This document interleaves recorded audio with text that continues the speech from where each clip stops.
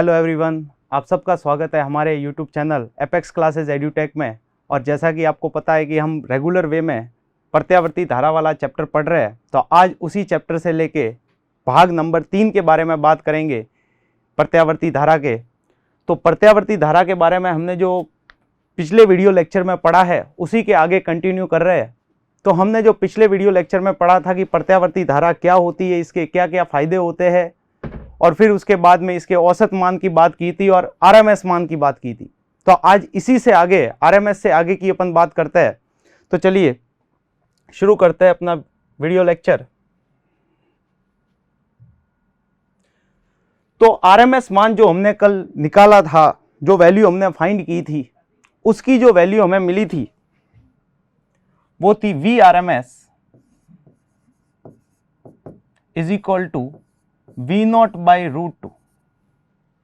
जहां पे जो वी नॉट था वो उसका शिखर मान था कि मैक्सिमम जो धारा है, अधिकतम जो धारा है वो कहां तक जाती है, वहां की वैल्यू जो होती है वो वी नॉट होती है। तो ये शिखर वोल्टेज, इसको जो है वो हम क्या कह सकते हैं, वी नॉट क्या है, शिखर वोल्टेज। ठीक, अगर इसी को अपन पॉइंट में वैल्यू निकाले तो रूट 2 की वैल्यू जो है वो 1.414 होती है। तो अगर इसी को लिखे तो ये लिखा जाएगा V R M S is equal to 0.707 V not.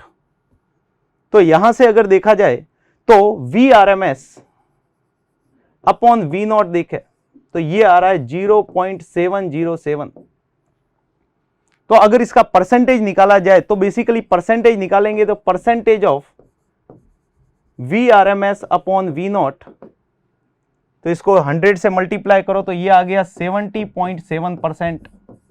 तो ये क्वेश्चन बोर्ड में पूछा जाता है। क्वेश्चन क्या पूछते हैं, वी आर एम एस के बारे में जो हमने पिछले वीडियो लेक्चर में बात की थी, उसका डेरिवेशन पूरा देखा था। तो उसके अंदर वो बात ऐड करता है एग्जामिनर कि सिद्ध करो कि आरएमएस मान जो होता है धारा का या वोल्टेज का, धारा को लिखोगे तब भी I R M S upon I naught आ जाएगा और कुछ नहीं होगा, बाकी वैल्यू ये की ये आती है। तो वो क्वेश्चन पूछ सकता है, बोर्ड में ये क्वेश्चन पूछा जा सकता है कि सिद्ध कीजिए कि आरएमएस वैल्यू और शिखर मान, इन दोनों का जो अनुपात होता है, जो परसेंटेज होता है, वो परसेंटेज कितना आता है, 70.7% आता है। ये बहुत ही इंपॉर्टेंट बात है। तो यहां पे क्वेश्चन पूछा जाएगा कि आरएमएस मान जो होता है वो 70.7% होता है, किसका, शिखर मान का। इसी तरीके से अगर आई आरएमएस लिखोगे तो वो क्या लिखा जाएगा, percentage of I RMS upon I not. तो ये जो वैल्यू आएगी वो आएगी 70.7%। सिंपल। तो ये बेसिकली कुछ बातें थी जो हमने एक तरीके से वापस से रिकॉल किया। ठीक है, अब देखिए इसके ऊपर एक बहुत ही इंपॉर्टेंट क्वेश्चन पूछा जाता है कई बार बोर्ड में कि 220 वोल्ट की एसी और 220 वोल्ट की डीसी दोनों अगर अपने पास में है, दोनों बैटरी अपने पास में है, दोनों के क्या कह सकते हैं उसको, इक्विपमेंट अपने पास में है, उपकरण है, जिससे एक जो है वो 220 वोल्ट की एसी दे रहा है और एक दे रहा है 220 वोल्ट की डीसी। तो उन दोनों में से ज्यादा खतरनाक कौन सी है? तो ये क्वेश्चन बहुत ही इंपॉर्टेंट है एग्जाम के पॉइंट ऑफ व्यू से। तो देखिए उस क्वेश्चन को फ्रेमिंग करते हैं। क्वेश्चन क्या है, 220 वोल्ट की एसी 220 वोल्ट की डीसी से अधिक घातक है। और आगे लगा देगा क्यों। तो क्या क्वेश्चन पूछ रहा है कि क्या कारण है, ऐसा क्या है जिससे कि 220 वोल्ट, आपने 220 वोल्ट की एसी ली है और 220 वोल्ट की डीसी है आपके पास में, इन दोनों में से ज्यादा खतरनाक कौन होगा? ज्यादा खतरनाक का इन द सेंस क्या है कि किसका शॉक जो है वो ज्यादा लगेगा। तो यहां पे अब शॉक की बात क्यों हो रही है? क्योंकि ध्यान से देखिए, हमेशा एक बात ध्यान रखना कि जब भी कभी एसी के लिए वो लिखता है 220 वोल्ट या 200 वोल्ट, तो हमेशा ध्यान रखना ये उसने वोल्टेज वोल्ट मीटर से चेक किया है। और वोल्ट मीटर जो होता है वो आरएमएस रीडिंग पढ़ता है। ये हमने पिछले वीडियो लेक्चर में बात की है कि जो वोल्ट मीटर है उपकरण, वो बेसिकली आरएमएस मान को मापता है। तो ये रियलिटी में जब तक क्वेश्चन में मेंशन न हो तब तक हम उस जो भी हमको डेटा दिया हुआ है वोल्टेज का या धारा का, वो उसका आरएमएस मान होगा। क्योंकि भाई आगे वाला अगर आपको बता रहा है 220 वोल्ट एसी, तो 220 वोल्ट उसने एक्चुअली पढ़ा कहां से है? उसने पढ़ा है वोल्ट मीटर से, अमीटर से धारा पड़ी है। और वोल्ट मीटर और अमीटर जो है वो आरएमएस मान मापते हैं। जबकि यहां पे डीसी की बात की जाए तो डीसी के अंदर वोल्टेज जो होता है वो आरएमएस वगैरह का कोई कॉन्सेप्ट ही नहीं होता है वहां पे। उसमें तो 220 वोल्ट अगर बता रहा है तो रियलिटी में 220 वोल्ट ही है। लेकिन यहां पे जो है वो बेसिकली आपको आरएमएस मान दिया हुआ है। तो शिखर मान क्या होगा? क्योंकि हमें जो शॉक लगता है किसी करंट का वो बेसिकली उसका शिखर मान होता है। तो अगर 220 वोल्ट डीसी की बात की जाए तो 220 वोल्ट की डीसी का जो शॉक लगेगा वो केवल और केवल 220 वोल्ट ही होगा। क्योंकि इसका कोई आरएमएस मान नहीं होता है, कोई औसत मान नहीं निकालते हम कभी। डीसी के बारे में, इसके बारे में बात नहीं की जाती। लेकिन जब बात एसी की आती है तो एसी का ये जो वोल्टेज दे रखा है ये 220 वोल्ट बेसिकली आपका आरएमएस वैल्यू है, वर्ग माध्य मूल मान। और ये जब वर्ग माध्य मूल मान है तो शिखर मान इसका कितना होगा वो कैलकुलेट करते हैं। तो यहां पे बात हो रही है एसी की। तो ध्यान दीजिए सॉल्यूशन कैसे करेंगे इसका। 220 वोल्ट एसी का शिखर मान कैलकुलेट करते हैं। तो कैसे कैलकुलेट करेंगे? तो हमें पता है कि वी आरएमएस क्या होता है? V not by √2। ये वी नॉट क्या होता है? वोल्टेज का शिखर मान। और ये आई आरएमएस क्या होता है? जो वोल्ट मीटर ने रीडिंग पढ़ के दी है। और वोल्ट मीटर जो आपको रीडिंग पढ़ के दे रहा है वो 220 वोल्ट है। तो हम यहां पे अगर रखें तो वी नॉट हमारे पास जो आएगा वो हो जाएगा √2 इंटू वी आरएमएस। इसको इधर मल्टीप्लाई कर दो। वी आरएमएस की वैल्यू एक्चुअल में कितनी दे रहा है? वो 220 वोल्ट। तो जरा वैल्यू पुट करते हैं तो V not is equal to √2 multiply with 220 volt. √2 की वैल्यू जो होती है वो होती है 1.414 इंटू 220। जब आप इसको कैलकुलेट करोगे तो इसका जो अप्रोक्सीमेट आंसर आता है, कुछ पॉइंट में भी वैल्यू आती है तो हम पॉइंट को थोड़ा हटा रहे हैं, तो अप्रोक्सीमेट अगर आंसर निकाला जाए तो ये आता है 311 वोल्ट। कहने का मतलब क्या हुआ कि आपकी जो 220 वोल्ट की डीसी है उसका जो शॉक लगेगा, उसका जो झटका लगेगा वो तो केवल 220 वोल्ट का ही होगा। लेकिन अगर दूसरी तरफ बात अगर एसी की जाए तो एसी का वोल्ट मीटर तो पड़ रहा है 220 वोल्ट। तो कोई अगर इसके आधार पे उसको हाथ देगा तो उसको झटका कितना लगेगा? 311 वोल्ट का झटका लगेगा।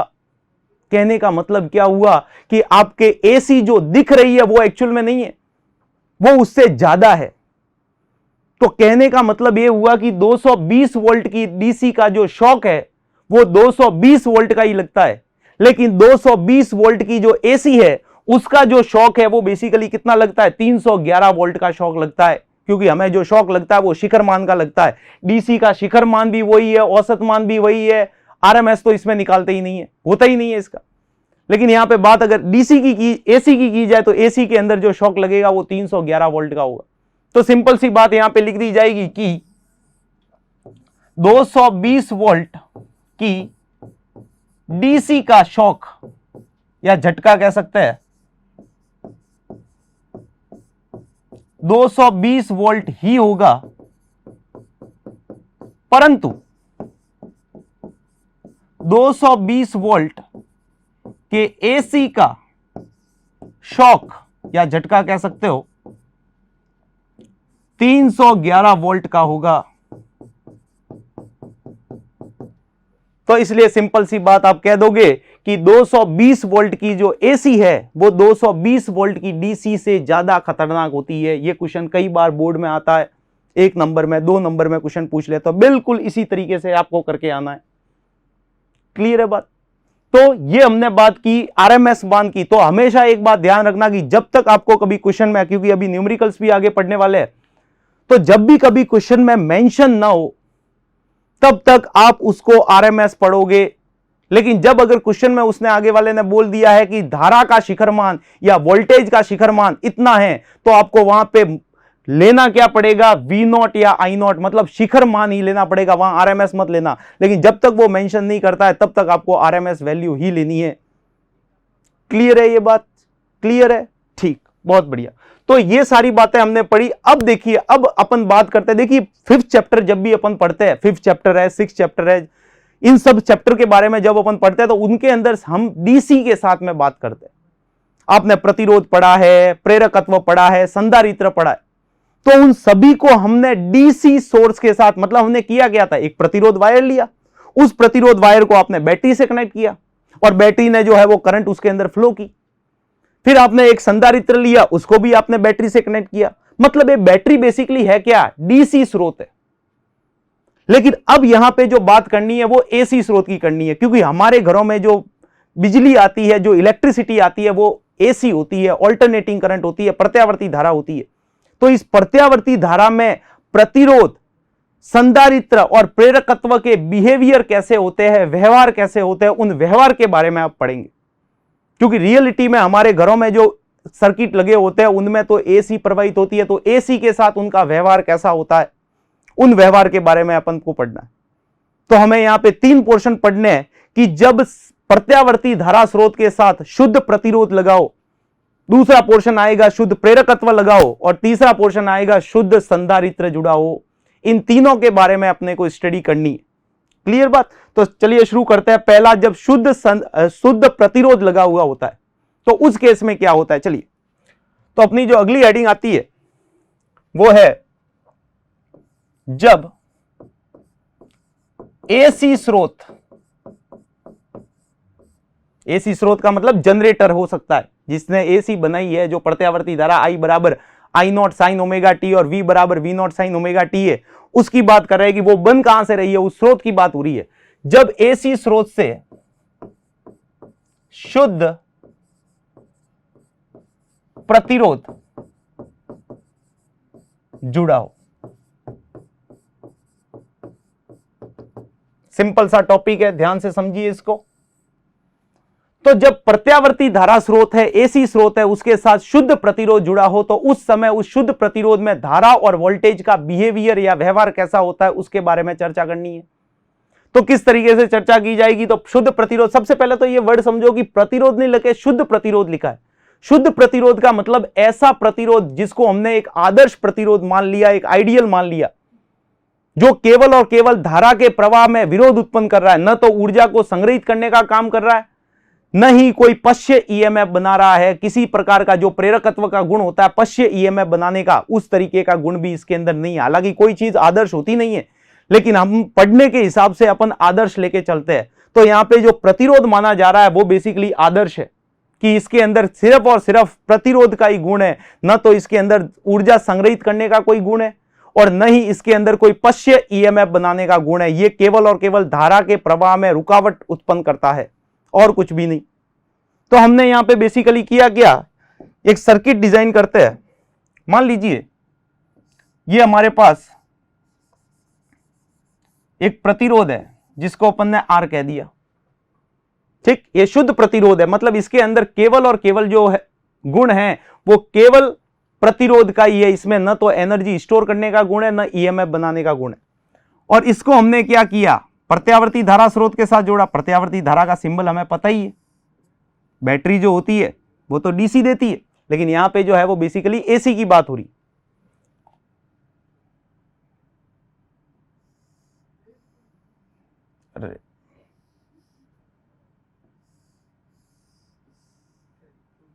ठीक है, चलिए। तो अब देखिए ये प्रतिरोध है प्रत्यावर्ती धारा स्रोत के साथ। प्रत्यावर्ती धारा स्रोत वोल्टेज कैसा मेजर करता है, तो वोल्टेज होता है V is equal to V not sine omega T. बहुत ही इंपॉर्टेंट, इसके अंदर ताक्षणिक वोल्टेज है, ये कांस्टेंट वोल्टेज नहीं है, नियत नहीं है। टाइम जैसे जैसे बदलेगा वैसे वैसे वोल्टेज का मान भी बदलेगा। तो जब इसके ऊपर वोल्टेज आरोपित किया जाएगा तो इसके कारण करंट फ्लो होगी इसके अंदर। अब वो करंट एक डायरेक्शन में फ्लो नहीं होके 2 डायरेक्शन में, क्लॉकवाइज और एंटी क्लॉकवाइज चलेगी। इसीलिए यहां पे करंट की डायरेक्शन बताना उचित नहीं है।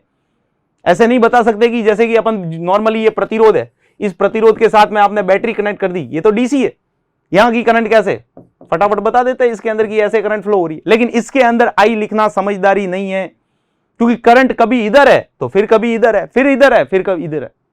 तो वोल्टेज जो है वो भी ताक्षणिक वोल्टेज लिखा गया है, तो इसके कारण धारा भी अपनी जो है वो दिशा बदलती रहेगी, ध्रुवता बदलती जाएगी, ठीक।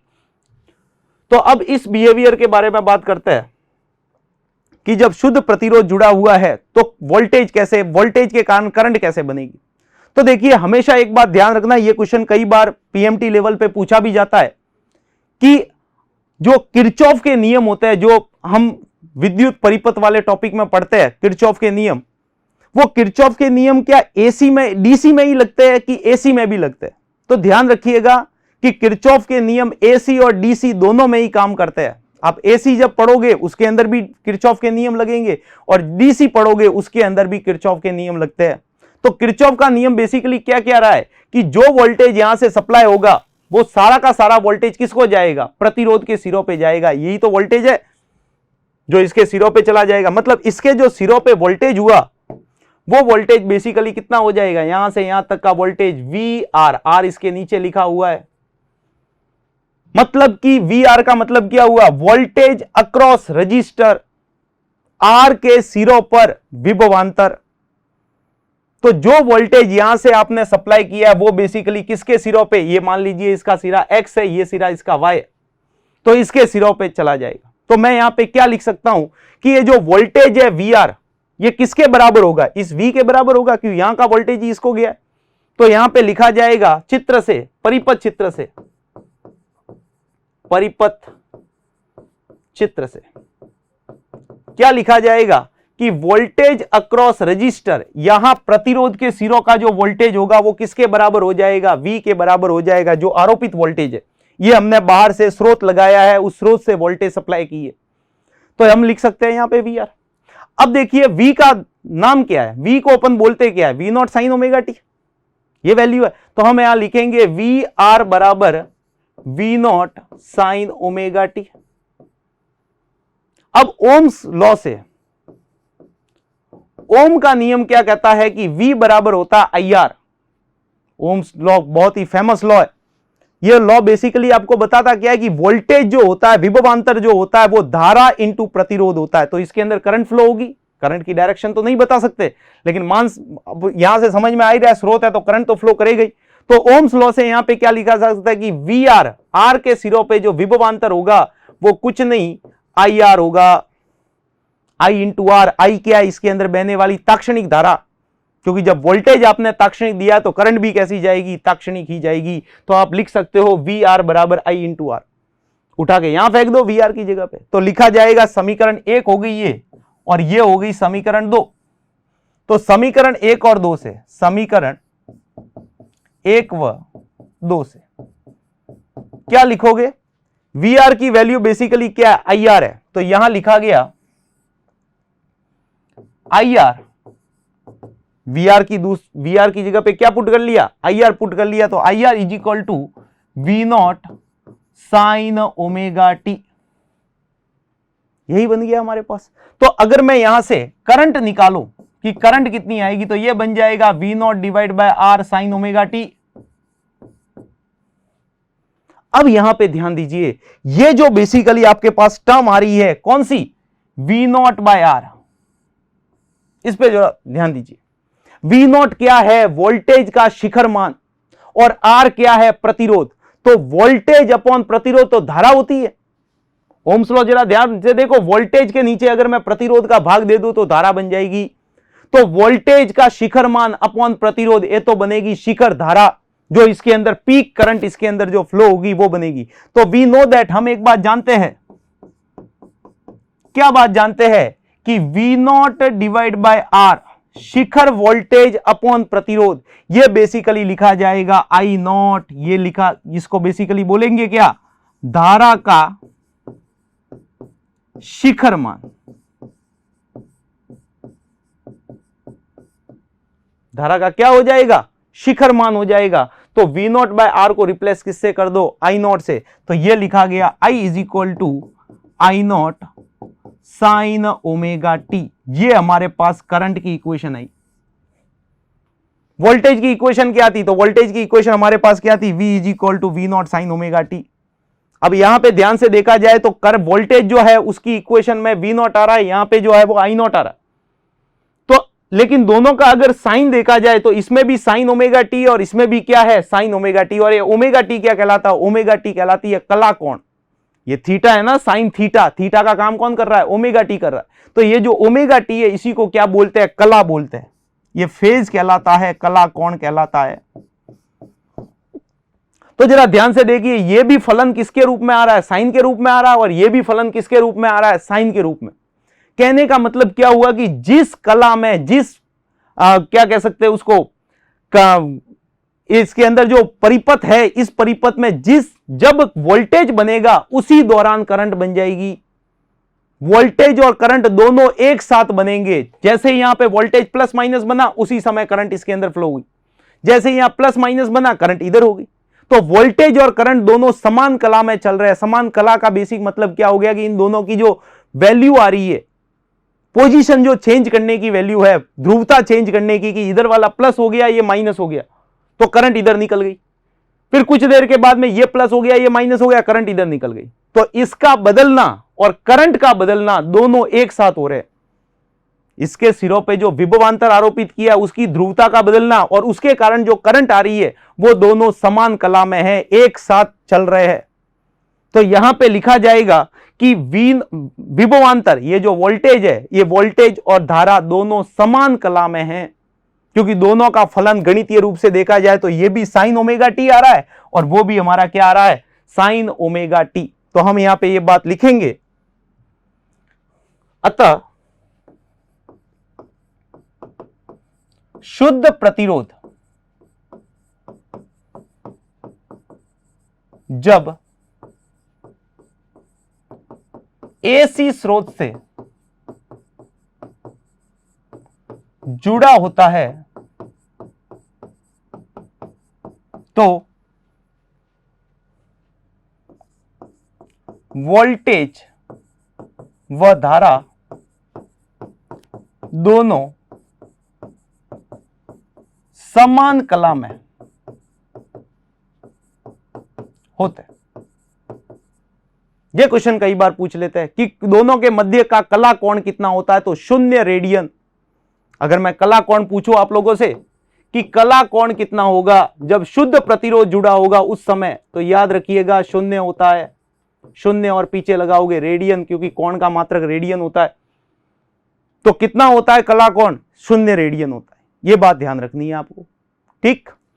तो अगर बात की जाए इन दोनों के बीच में, अब यहां पे कुछ नई बातें आपके सामने आने वाली है। एक आएगा फेजर डायग्राम, जिसको कला निरूपण भी कहते हैं, और एक आएगा इसका क्या कह सकते हैं, ज्यामितीय वक्र, ठीक है, ज्यावक्रीय। इसका जो कर्व है उस कर्व की बात करेंगे, वक्र की बात करेंगे। तो यहां पे 2 पोर्शन आपके सामने अब आ रहे हैं। एक तो है फेजर और दूसरा है इसकी ज्योमेट्री का, जो इसका साइन वेव का ग्राफ है वो ग्राफीय निरूपण। तो पहले बात करते हैं फेजर की, कि फेजर कैसे निकालते हैं। तो फेजर देखो किस तरीके से निकाला जाता है, इसका एक सिंपल सा तरीका है। सबसे पहले आता है फेजर निरूपण। ये फेजर निरूपण बेसिकली हमको बताएगा कि वोल्टेज और करंट दोनों की कला कैसी है, दोनों किस तरीके से चलते हैं, उसको बताने के लिए हम फेजर काम में लेते हैं, फेजर आरेख काम में लेते हैं, जो बेसिकली इनकी पोजीशन को बताता है। तो कैसे बनाया जाता है फेजर, इधर की ओर y अक्ष और ये हो गया x अक्ष, ठीक है। ये जो x अक्ष है इसके ऊपर जो है वो हम मान लेते हैं टाइम t, ये t टाइम है, ठीक है। और इसके साथ में इसकी कोणीय आवृत्ति जो है वो ओमेगा है। तो ये बेसिकली लिखा जाएगा ओमेगा इंटू टी, क्योंकि ओमेगा टी का बदला, अगर पिछले वाले स्लाइड पे जाए तो इनके कोण कितना है, इसका ओमेगा टी, और इसका भी कोण कितना है, ओमेगा टी। तो हम जो एक्स एक्सिस पे ले रहे हैं वो क्या लिया जा रहा है, ओमेगा टी।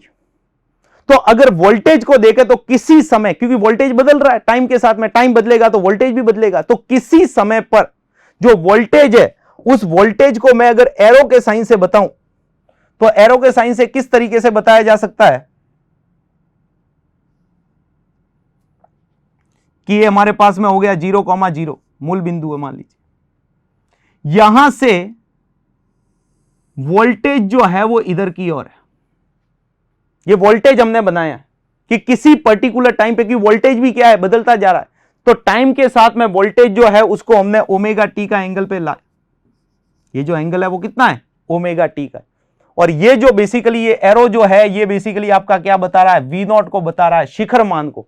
ये जितनी इसकी लंबाई होगी, ये जितना ये सदिश होगा उतनी उसकी क्या कहलाएगी, उतना ही इसका वोल्टेज शिखर मान जितना ज्यादा होगा उतना ही इसकी जो लंबाई है वो ज्यादा ली जाएगी। तो ये जो एरो है इसको बोल सकते हैं अपन की सदिश की लंबाई। ये जो हमने सदिश बनाया है, इस सदिश की जो लंबाई है, ये लंबाई बेसिकली किसको बताती है, शिखर मान को। ये हमेशा ध्यान रखना। और ये इसका ओमेगा टी का एंगल है जो हमने कहां से मापा है, एक्स अक्ष से, ओमेगा टी का एंगल। अगर इसका एक प्रक्षेप्य लिया जाए वाई अक्ष पे, तो वाई अक्ष पे अगर इसका प्रक्षेप्य लिया जाए तो देखो किस तरीके से आएगा। ये वाई अक्ष पे इसके दो कंपोनेंट बनेंगे, एक घटक आएगा कॉस का, एक घटक कौन सा आएगा, साइन का। तो इधर वाला घटक जो होगा वो बेसिकली आपका क्या होगा, V0 साइन ओमेगा टी। ये वोल्टेज को रिप्रेजेंट कर रहा है। किसी समय पे टी टाइम पे वोल्टेज यहां पर था, ये पोजीशन बता रहा है इसकी, क्योंकि वोल्टेज और करंट दोनों चेंज हो रहे हैं टाइम के साथ। तो उसकी पोजीशन बताने के लिए हम जो काम में लेते हैं वो फेजर काम में लेते हैं, कला कोण निरूपण काम में लेते हैं। तो यहां पे आ गया। अब बात करनी है करंट की। तो करंट जो है, अगर दोनों की समीकरण देखी जाए तो दोनों की समीकरण एक ही है, V बराबर V0 साइन ओमेगा टी और I बराबर I0 साइन ओमेगा टी। दोनों के अगर कोण की बात की जाए तो दोनों का कला कोण तो बिल्कुल सेम है। तो ये भी करंट भी जो होगी वो भी इसी सदिश के ऊपर आएगी, क्योंकि ओमेगा टी का एंगल है। लेकिन ध्यान रखिएगा, करंट हमेशा वोल्टेज से कम होती है। करंट का जो मान होता है, जो लंबाई होती है, लेंथ होगी सदिश की, वो हमेशा वोल्टेज से कम होगी। क्योंकि सिंपल सी बात है, जरा यहां पे इस फॉर्मूले पे थोड़ा ध्यान दीजिए। वोल्टेज मान लीजिए 220 है, लेकिन प्रतिरोध का भाग जा रहा है। जब वोल्टेज में प्रतिरोध का भाग जाएगा तो वैल्यू तो छोटी आएगी। तो ये हमेशा वोल्टेज, हमेशा घरों के अंदर वोल्टेज ज्यादा आता है, करंट कम आती है। तो करंट की जो लेंथ ली जाएगी वो कम ली जाएगी। तो करंट की लेंथ को अगर यहां पे रिप्रेजेंट किया जाए तो आएगा तो इसी ओमेगा पे, ओमेगा टी का एंगल ही बना रहा है वो भी। और कहां पे लिखा जाएगा, तो मान लीजिए इससे कम है इसकी वैल्यू, तो हम यहां पे रिप्रेजेंट कर लेते हैं इसको। ये जो है वो बेसिकली आपकी करंट को बता रही है। यहां से यहां तक ये क्या हो गया, I0 हो गया। करंट जिधर है उधर की तरफ ही क्या है, वोल्टेज। इसको थोड़ा सा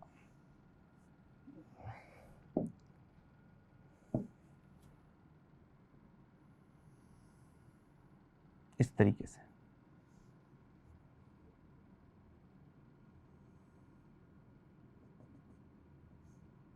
ये वोल्टेज, ठीक है, जिसको हमने क्या बोला था, V0। तो जो करंट होगी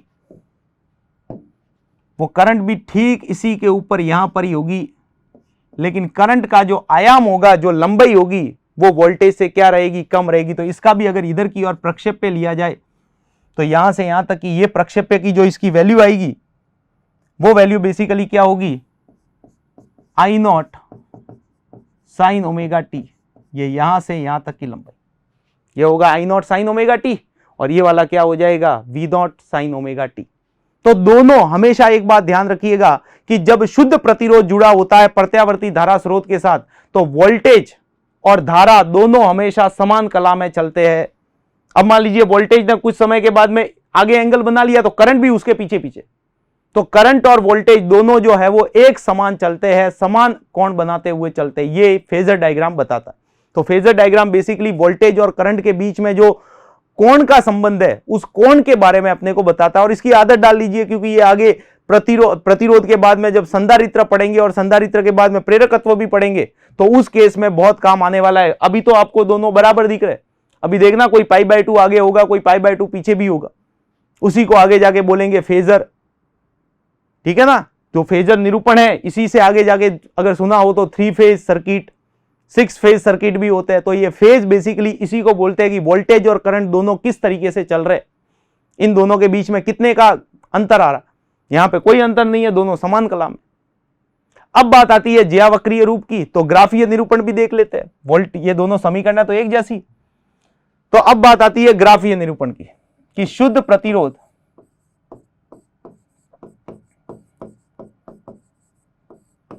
के लिए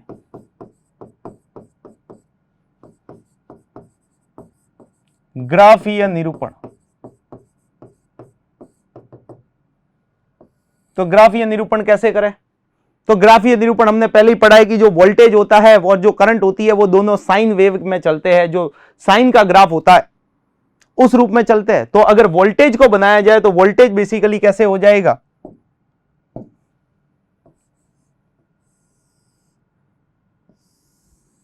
ये हमारे पास में टाइम हो गया, ये वाला हमारे पास में y एक्सिस है, इस एक्सिस के ऊपर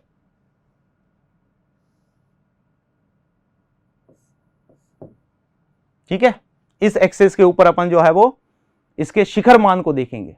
तो मान लीजिए वोल्टेज की बात करनी है तो वोल्टेज बेसिकली कैसे, ज्यावक्रीय चल रहा है, तो ज्यावक्रीय है तो किस तरीके से, यहां से स्टार्ट होगा,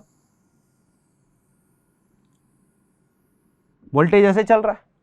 वोल्टेज की अगर शिखर मान की बात की जाए तो ये इसका शिखर मान है, ये हो जाएगा V0 शिखर मान, ठीक है। और जब जीरो है तो जीरो, फिर उसके बाद π/2 पे क्या मैक्सिमम हो जाएगा, फिर पाई पे वापस जीरो हो जाएगा, ऐसे ही तो चलती है। अब इसका मतलब ये नहीं है कि जो प्रत्यावर्ती धारा है वो ऐसे चलती है, ये क्लॉकवाइज और एंटी क्लॉकवाइज को बता रहा है। कुछ देर के लिए क्लॉकवाइज हुआ, ध्रुवता पॉजिटिव नेगेटिव होगी दोनों के बीच की, जो हमने स्रोत लिया है उस स्रोत के बीच की, जो ऐसा स्रोत है हमारे पास, ये प्लस माइनस हो गया कुछ देर के लिए, कुछ देर के बाद में ये माइनस प्लस हो गया, तो उसको बताने के लिए ये बेसिकली डिफाइन किया जाता है। तो ये बेसिकली हमारे पास में ये समीकरण किसकी है, ये जो ग्राफ आ रहा है ये बेसिकली किसका है, V = V0 sin ωt का ग्राफ है। लेकिन अब बात करनी है करंट की, तो करंट को भी इसी के ऊपर दर्शाएंगे, लेकिन हमें पता है कि करंट जो होती है वो वोल्टेज से कम आती है, तो इसका जो आयाम है उसके कंपेयर में करंट का आयाम क्या होगा, कम होगा। तो करंट को अगर रिप्रेजेंट करें तो देखिए करंट कैसे रिप्रेजेंट की जाएगी,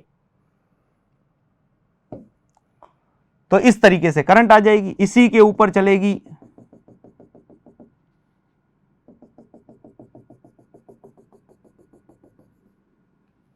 ये जो है वो बेसिकली क्या हो जाएगी, करंट हो जाएगी, ठीक है ना।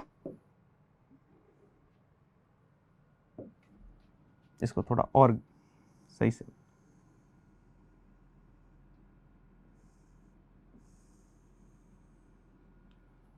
ये बेसिकली जो है वो करंट हो जाएगी। तो ये जो वैल्यू हमारे पास में आई है, ये यहां से यहां तक ये क्या हो जाएगा, ये हो जाएगा I0, ये इसका शिखर मान कितना हो गया, I0 हो गया। और ये जो समीकरण आई है हमारे पास में, ये हो जाएगी I = I0 sin ωt। तो ये इसका ग्राफीय निरूपण हुआ कि जो करंट वोल्टेज जिस हिसाब से चल रहा है, जिस क्लॉकवाइज एंटी क्लॉकवाइज, जैसे ही वोल्टेज क्लॉकवाइज हुआ करंट भी क्लॉकवाइज, और जैसे ही वोल्टेज की ध्रुवता चेंज हुई करंट एंटी क्लॉकवाइज होगी, फिर वोल्टेज जो है वो ध्रुवता समान होगी, प्लस माइनस हो गया तो करंट वापस से उसी रूप में आ गई। तो क्लॉकवाइज और एंटी क्लॉकवाइज को बेसिकली ये रिप्रेजेंट कर रहा है, तो ये इसका ग्राफीय निरूपण होता है। तो क्वेश्चन किस तरीके से इसके ऊपर बनेगा कि शुद्ध प्रतिरोध की स्थिति में जब प्रत्यावर्ती धारा स्रोत के साथ जोड़ा, जब शुद्ध प्रतिरोध को प्रत्यावर्ती धारा स्रोत के साथ जोड़ा जाता है तो उस स्थिति में फेजर आरेख निरूपित कीजिए तथा ग्राफीय निरूपण भी कीजिए। तो उस सम कंडीशन में आपको पूरा डेरिवेशन करना पड़ेगा इसका, और डेरिवेशन के बाद में इसका फेजर जो हमने पिछली स्लाइड में देखा ही है, और ये इसका ग्राफीय निरूपण हो जाएगा। क्लियर है बात? तो ये सारी बातें जो है वो किसके बारे में पढ़ी है, शुद्ध प्रतिरोध के केस में पढ़ी, ठीक है। तो अगर शुद्ध प्रतिरोध की बात की जाए तो एक न्यूमेरिकल करके देखते हैं कि शुद्ध प्रतिरोध के ऊपर क्वेश्चन न्यूमेरिकल कैसे बनता है, तो उसके बारे में बात करते हैं। तो इधर ध्यान दीजिए, मान लीजिए क्वेश्चन ले लिया जाए कि एक हमारे पास इस तरीके से एक सर्किट है, इस सर्किट के साथ हमने एक प्रत्यावर्ती धारा का स्रोत लगा दिया। अब न्यूमेरिकल की बात कर रहे हैं। प्रतिरोध मान लीजिए कितना है, 100 ओम का, 100 ओम का एक प्रतिरोध है। बल्ब जोड़ दीजिए, CFL जोड़ दीजिए, जो भी उपकरण है वो उपकरण हमने एक जोड़ दिया।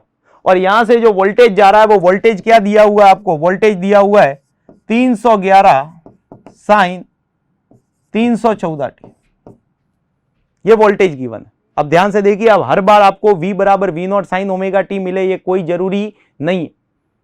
जरा इस इक्वेशन को जरा गौर से देखिए, V = V0, V0 का काम कौन कर रहा है, 311 वोल्ट, ये वोल्ट है पीछे इसके मात्रक,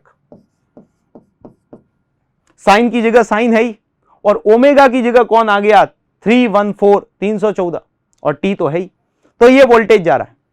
तो आपको इसके अंदर क्या क्या बातें पूछी है, एक ही क्वेश्चन में मैं सारे क्वेश्चन करवा रहा हूं ताकि सारे डाउट जो है वो एक ही क्वेश्चन में सॉल्व हो जाए। तो पहली बात जो आपको पूछी गई है कि इसके अंदर शिखर मान क्या है, वी नॉट क्या है। दूसरा इसके अंदर पूछा गया है वी आरएमएस कितना है, आरएमएस वोल्टेज बताना है। तीसरा इसके अंदर क्वेश्चन जो पूछा गया है वो बेसिकली है ओमेगा कितना है। चौथा जो पूछा गया वो आवृत्ति कितनी है, एफ का मतलब आवृत्ति से है, फ्रीक्वेंसी पूछी है। फिर इसके बाद में धारा का शिखर मान कितना है वो पता करना है, और लास्ट जो क्वेश्चन पूछा हुआ है धारा की IRMS मान, और साथ ही साथ में एक और क्वेश्चन अगर लिखा जाए तो धारा की समीकरण भी ज्ञात कीजिए, धारा की समीकरण। ध्यान से देखिए, एक क्वेश्चन है लेकिन इस क्वेश्चन में कॉन्सेप्ट आपके कई सारे क्लियर हो रहे हैं। तो सबसे पहले तो बात करते हैं इस क्वेश्चन के पहले पॉइंट की, वी नॉट की। तो अगर इसको क्वेश्चन को ध्यान से देखें तो आधी बातें तो इस समीकरण से ही मिल जाएगी। समीकरण हमारी क्या है, v equal to V not sine omega T, ये स्टैंडर्ड समीकरण होती है, आदर्श समीकरण होती है, इसके ऊपर ही सारा मामला बैठता है। तो ये v की वैल्यू ये रही, इस वैल्यू को यहां पे एक बार कंपेयर करो तो v बराबर है 311 साइन 314 टी, यही है। तो अगर आपसे पूछा जाए सबसे पहले वी नॉट पूछा है तो वी नॉट की वैल्यू क्या होगी, कंपैरिजन करो। तो वी नॉट साइन के आगे लिखा हुआ वी नॉट है, तो बताइए वी नॉट कितना हुआ 311 वोल्ट, ये वी नॉट हुआ। क्लियर। अगर दूसरी बात पूछी जाए वी आरएमएस कितना है, ये पहला आंसर आया अपना। सेकंड पूछा है वी आरएमएस कितना है, तो कोई समस्या नहीं है क्योंकि वी आरएमएस और वी नॉट में तो अपन संबंध पिछले वीडियो लेक्चर में देख ही चुके, और आज भी शुरुआत के अंदर हमने इसी को पहले पढ़ा है। तो वी आरएमएस को क्या लिखेंगे, वी नॉट बाई √2। तो वी नॉट की वैल्यू बेसिकली कितनी है 311 डिवाइड बाय √2। तो जब 311 को √2 से डिवाइड करोगे तो एक करीब करीब वापस से 220 वोल्ट ही आएगा। ठीक है, क्योंकि 311 को मल्टीप्लाई √2 से 220 को मल्टीप्लाई √2 से करते हैं 311 आता है, तो 311 में √2 से डिवाइड करेंगे 220 आना ही। तो ये दूसरा आंसर हुआ। थर्ड क्वेश्चन क्या पूछा है आपको, ओमेगा फाइंड कीजिए। तो ओमेगा के लिए बेसिकली क्या करना है, ओमेगा जो है वो बेसिकली आपका यहीं पे है, साइन के आगे लिखा हुआ ओमेगा है। तो बताइए ओमेगा कितना हो गया 314, ओमेगा की वैल्यू 314 है। ठीक है ना, तो इसको अपन लिख सकते हैं रेडियन बाय सेकेंड, इसका मात्रक होता है ओमेगा का रेडियन बाय सेकेंड। फिर इसके बाद कौन सी बात रहेगी, फ्रीक्वेंसी की। तो फ्रीक्वेंसी कैसे निकालेंगे, तो फ्रीक्वेंसी होती है 2 ओमेगा इज इक्वल टू होता है 2 pi F. Omega is equal to क्या होता है 2 पाई एफ, स्टार्टिंग के वीडियो लेक्चर में पढ़ा है। तो यहां से अगर मैं फ्रीक्वेंसी निकालूं, आवृत्ति निकालो, तो ओमेगा डिवाइड बाय 2 पाई हो जाएगा। ओमेगा की वैल्यू कितनी है 314 डिवाइड बाय 2 पाई, 2 इंटू 3.14 पाई की वैल्यू। तो जरा ध्यान से देखिए, ये पॉइंट कैंसल आउट है, 100 ऊपर आ गए, 314 से 314 कैंसल आउट, 100 को डिवाइड करो 2 से तो 50। तो अगला जो आंसर आया हमारा वो फ्रीक्वेंसी कितनी आई, फ्रीक्वेंसी मिली 100 divide by 2 that is 50 hertz. मात्रक जो होता है फ्रीक्वेंसी का क्या होता है 50 हर्ट्ज। फिर इसके बाद और क्या क्वेश्चन पूछा है, फिर पूछा आई नॉट। तो आई नॉट निकालने के लिए वी नॉट तो पढ़ा ही है, तो आई नॉट कैसे निकाले, तो ओम्स लॉ से आई नॉट अगर अपने को निकालना है तो आई नॉट इज इक्वल टू क्या हो जाएगा वी नॉट अपॉन आर। तो वी नॉट हमारे पास में कितना था, वी नॉट की वैल्यू कितनी थी 311 वोल्ट, और आर कितना है 100 ओम का रेजिस्टेंस दिया है, तो क्या हो जाएगा 311 डिवाइड बाय 100, ये बेसिकली कितना आ गया 3.1 एम्पियर, ये शिखर मान आ गया। फिर अपने को IRMS पूछा है, तो IRMS अपन कैसे निकालेंगे, ये निकालेंगे ओम्स लॉ वापस से लगा दो। VRMS, जब RMS निकाल रहे हो तो RMS का ही वोल्टेज रखोगे डिवाइड बाय R। तो VRMS कितना आया, पिछली वाली स्लाइड में देखो VRMS आया 220 वोल्ट, तो वैल्यू पुट करो तो ये आ गया 220 डिवाइड बाय R कितना 100, 0 से 0 कैंसल आउट 2.2 एम्पियर, ये IRMS आ गया। फिर नेक्स्ट क्वेश्चन अपने को क्या पूछा है वो भी देखिए। तो नेक्स्ट क्वेश्चन पूछा है धारा की समीकरण। तो धारा की समीकरण निकालनी है। धारा की समीकरण बेसिकली क्या हो जाएगी, धारा और वोल्टेज दोनों एक साथ ही चलते हैं, ओमेगा टी होता है दोनों का। तो इसकी जो समीकरण होती है ताक्षणिक धारा, वो ताक्षणिक धारा बेसिकली क्या लिखी जाती है, ताक्षणिक धारा लिखी जाएगी I is equal to I not sine omega T. तो I is equal to I not की वैल्यू क्या आई है, आई नॉट की वैल्यू आई है 3.1, साइन को एज इट इज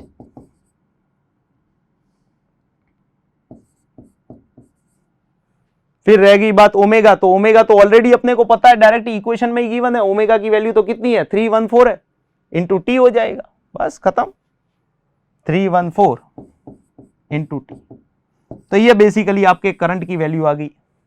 तो इस तरीके से अगर आपको एक क्वेश्चन दिया हुआ हो तो उसके अंदर से कई सारी छोटी छोटी बातें पूछी जा सकती है। तो अपने को हर तरीके से तैयार रहना है कि किस तरीके का क्वेश्चन पूछा जाए, चाहे वो IRMS पूछ सकता है, हो सकता है इसके अंदर जो मैंने क्वेश्चन करवाया इसके अंदर से 2 बातें ही पूछे वो, लेकिन अपने को हर तरीके से क्वेश्चन करना आना चाहिए कि उसके अंदर और कितनी संभावना है क्वेश्चन की। तो आई होप आप लोगों को ये पूरा वीडियो लेक्चर बहुत अच्छे से समझ में आया होगा। अब इसके आगे जो प्रेरकत्व की बात है या संधारित्र की जो बात है वो हम नेक्स्ट वीडियो लेक्चर में पढ़ेंगे। क्लियर है?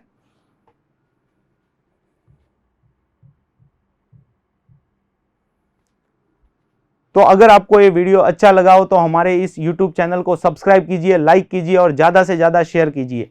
Thank you. सब्सक्राइब करें हमारा अपेक्स क्लासेस एड्यूटेक YouTube चैनल, साथ ही बेल आइकन को क्लिक करना बिल्कुल ना भूलें ताकि आगे आने वाले सभी YouTube वीडियोस की अपडेटेड नोटिफिकेशंस सबसे पहले आपको मिले। Apex classes edutech, subscribe now.